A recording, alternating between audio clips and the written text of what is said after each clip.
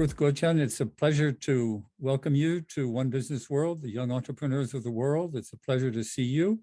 And we're very anxious to hear what you're going to say. I just introduce you. You're the Chief Learning Officer at Weill Cornell Medicine. And you will be talking about the success factor, developing the mindset and skill set for peak business performance.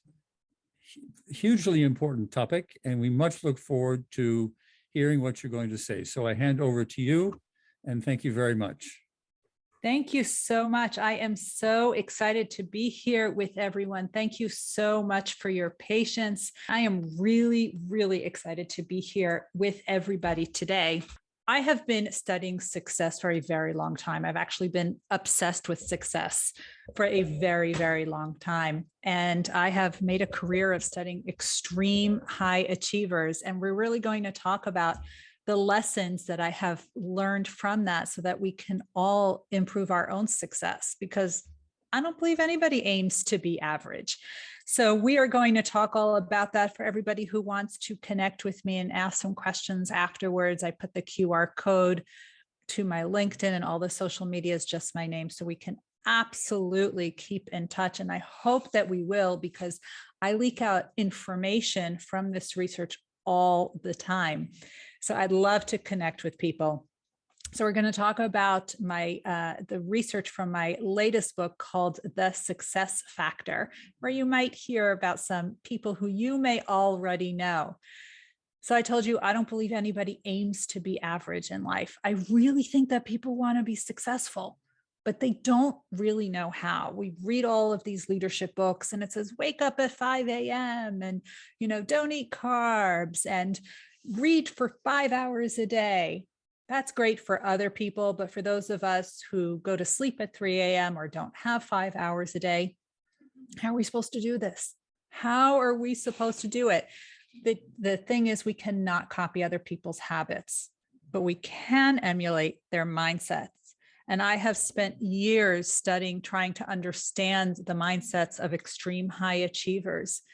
People like astronauts, including the commander on the International Space Station right now, Nobel Prize winners, Olympic champions, NBA champions, such as Steve Kerr, and politicians and CEOs of big corporations, Fortune 500 companies. I really wanted to find out what it is that they did that made them so successful. And I quickly realized that the astronaut is just like the Olympian. And if that's the case, that means success can be learned.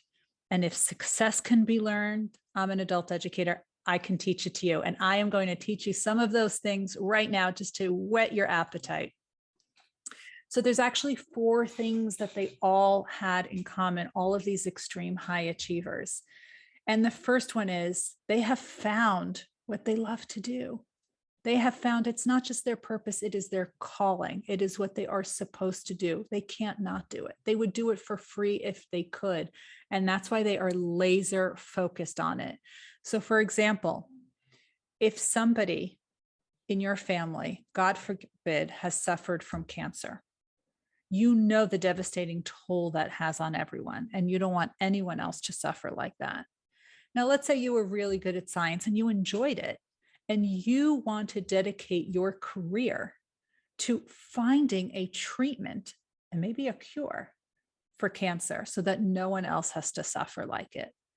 Now, if that is your calling, if your experiments don't work, if your manuscript gets rejected, if your grant doesn't get funded, you're not going to quit. You can't quit, because this is what you were put on this earth to do, to make sure no one else suffers like that. You have tapped into what we call in adult learning your intrinsic motivation, what comes from within, that fire in the belly. And we need to find a way to pour gasoline on that fire so that it fuels you to keep going, because that is what's sustainable. It's not the extrinsic motivation, the diplomas on the wall, the bonuses, the promotions. That's not what makes people successful, because you cannot sustain that motivation, because that's when other people judge you. But when it comes from within, there's very, very little that can dampen that motivation. So you always want to try to focus on that intrinsic motivation instead of the extrinsic motivation. Now, one of the things I do, I told you I'm an adult educator, so I actually teach people how to do all of this, how to tap into their intrinsic motivation and the other elements of success that we'll talk about. And one of the first steps that I usually take people through, and if we had more time, we would actually do this, is actually a passion audit to figure out what it is that you love doing, the difference between what you're good at and not good at, the difference between what you're good at and enjoy and what you're good at and you don't enjoy, what you would do for free if you could. What is it that you procrastinate doing? And you actually do these passion audits every time you have a transition in your life because your interests change, your passion changes. And we have seen that during the pandemic. Now, we don't have time for a full-blown workshop today, but I did want to leave you with some resources throughout. So if you're interested, you can actually do this on your own. So I mentioned the passion audit to actually figure what it is that you love doing. And if you want, you can go to my website and download one for free. I put it there for you, ruthgotian.com/passion audit. And it'll take you through the 3-column exercise to try to figure out what it is that you love to do. Every time I do this with someone, we usually figure out that they're not leveraging their strengths. They're not leveraging what they enjoy doing so much. And I've had people do complete career shifts based on this. So it's something to think about. And of course, if you want to read more about it, lots of articles for free. Here's one in Forbes that you can just put that in Google and search for it and read a little bit more about the passion audit as well. Also, as I said, on my website that you can just download it.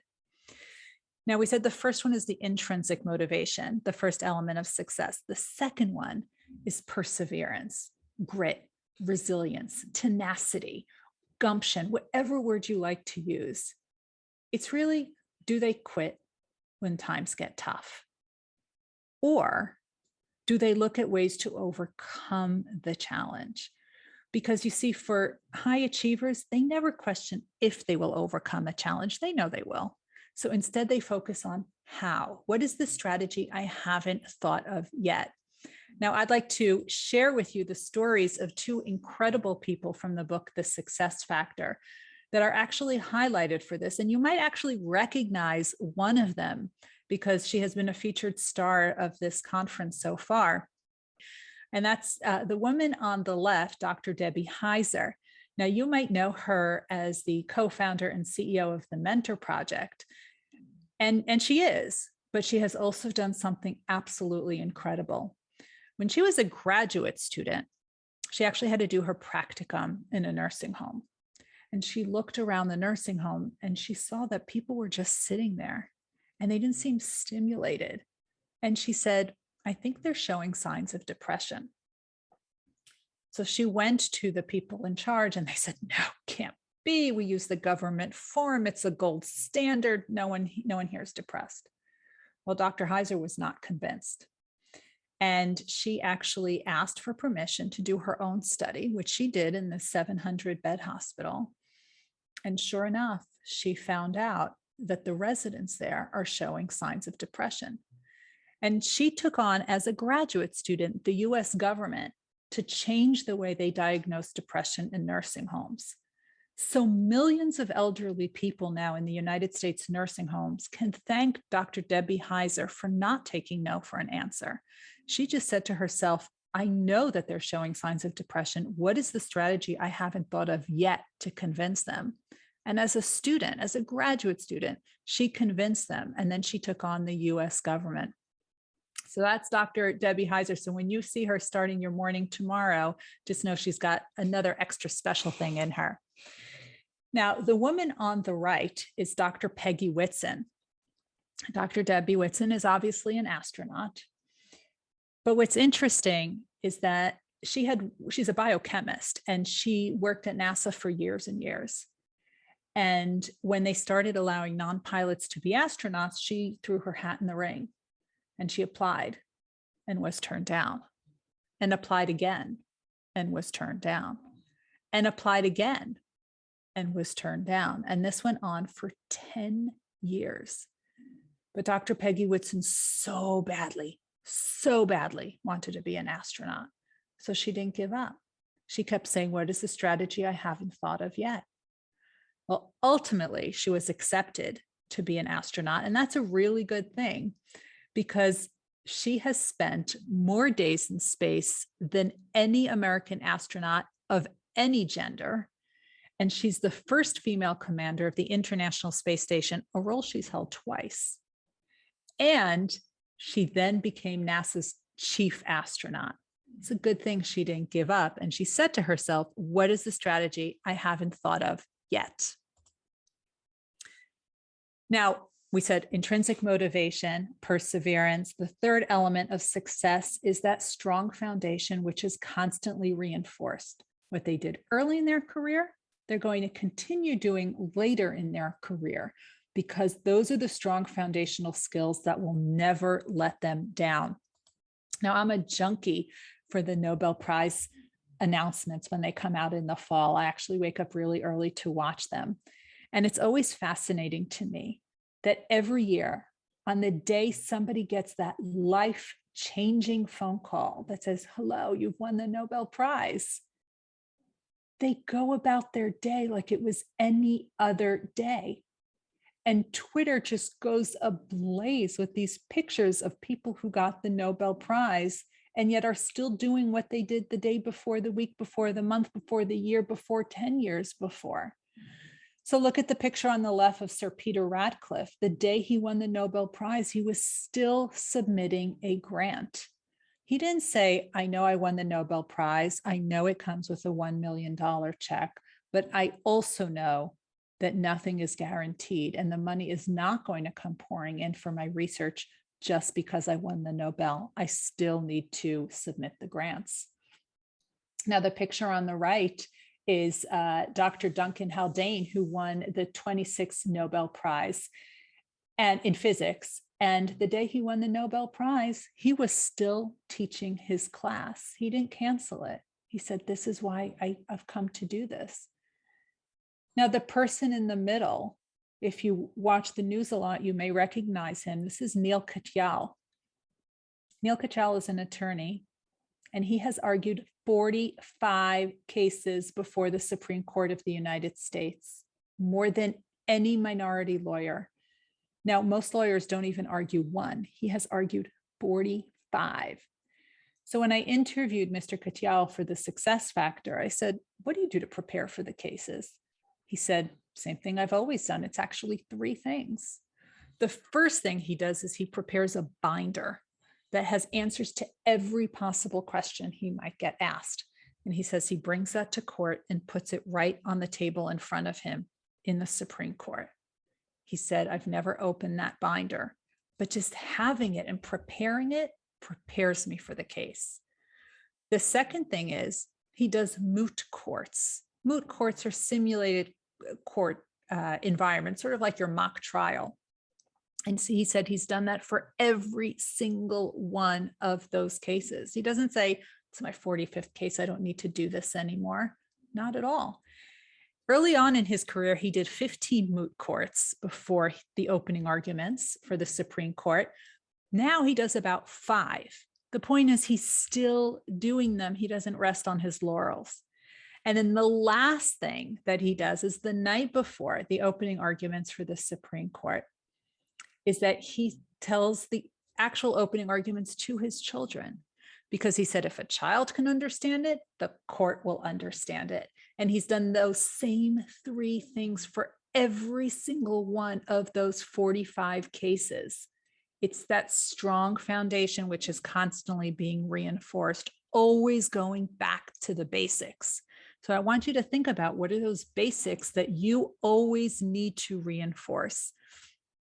Now, the last one is that all extreme high achievers are constantly learning, constantly opening their mind up to new knowledge. Now, you've heard of Warren Buffett and Bill Gates and Mark Cuban, that they read for hours every day. It's not reading for so many hours that made them successful. It's connecting 2 points that other people haven't seen yet. But the only way they can do that is figuring out what these 2 points are by opening their mind up and saying, I don't know what I don't know. I need to open my mind up. So what are the ways that you can open your mind up to learn new things? And by the way, if the Nobel Prize winners are learning new things all the time, so can the rest of us. Well, here's a few ideas. And if you have other ideas, I encourage you to put that in the chat. I might actually add it to this slide for a future presentation. So you can read books for sure. You can read journals and magazines. You saw that I put a Forbes article there. There's Psychology Today, Inc., all of those, Fast Company, podcasts, tons of podcasts on every imaginable topic. With the Mentor Project, we actually host a podcast that has a lot of interviews with high achievers that you might be interested in hearing. There's also webcasts that we do, YouTube, ton of videos on every conceivable topic, Audible if you like to listen to books. LinkedIn Learning has a ton of resources, of courses, every topic imaginable. I have one there on mentoring. If you put on LinkedIn Learning my name, Ruth Gotian, you will see a course there as well. And of course, it's by talking to people, because you might find out about things that you didn't know before. Now, what's interesting is that all of these extreme high achievers, they talk to people and they all surrounded themselves with mentors. And not just one mentor, but a team of mentors who believes in them more than they believe in themselves.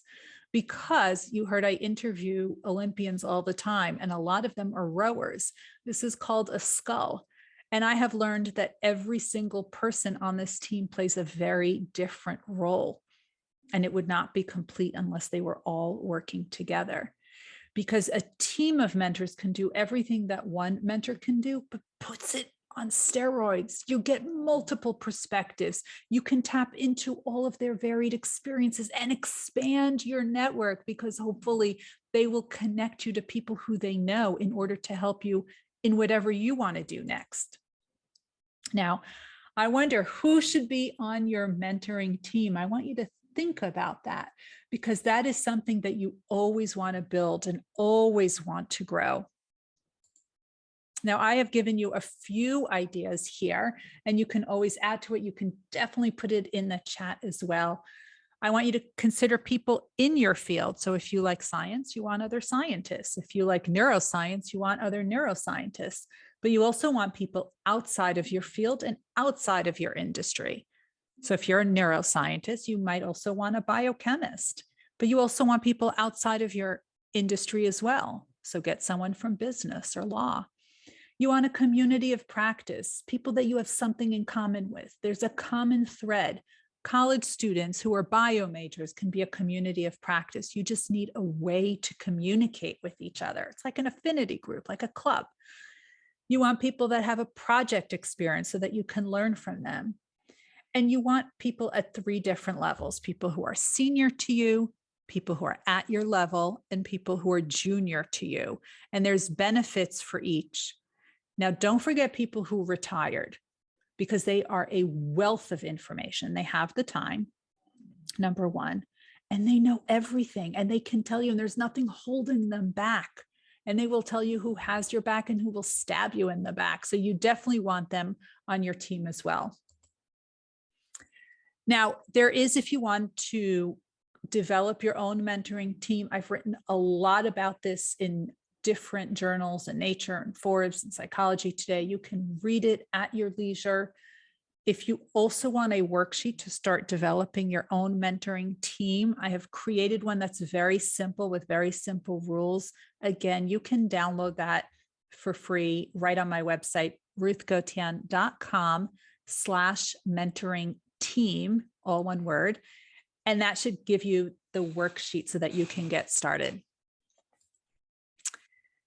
So to summarize, the success factor really has those four elements of success: the intrinsic motivation, what comes from within, the reason that you do what you do; the perseverance, you're not going to give up. When you see a challenge, you know you're going to get over it, around it, through it. You will get to the other side. That's not a question.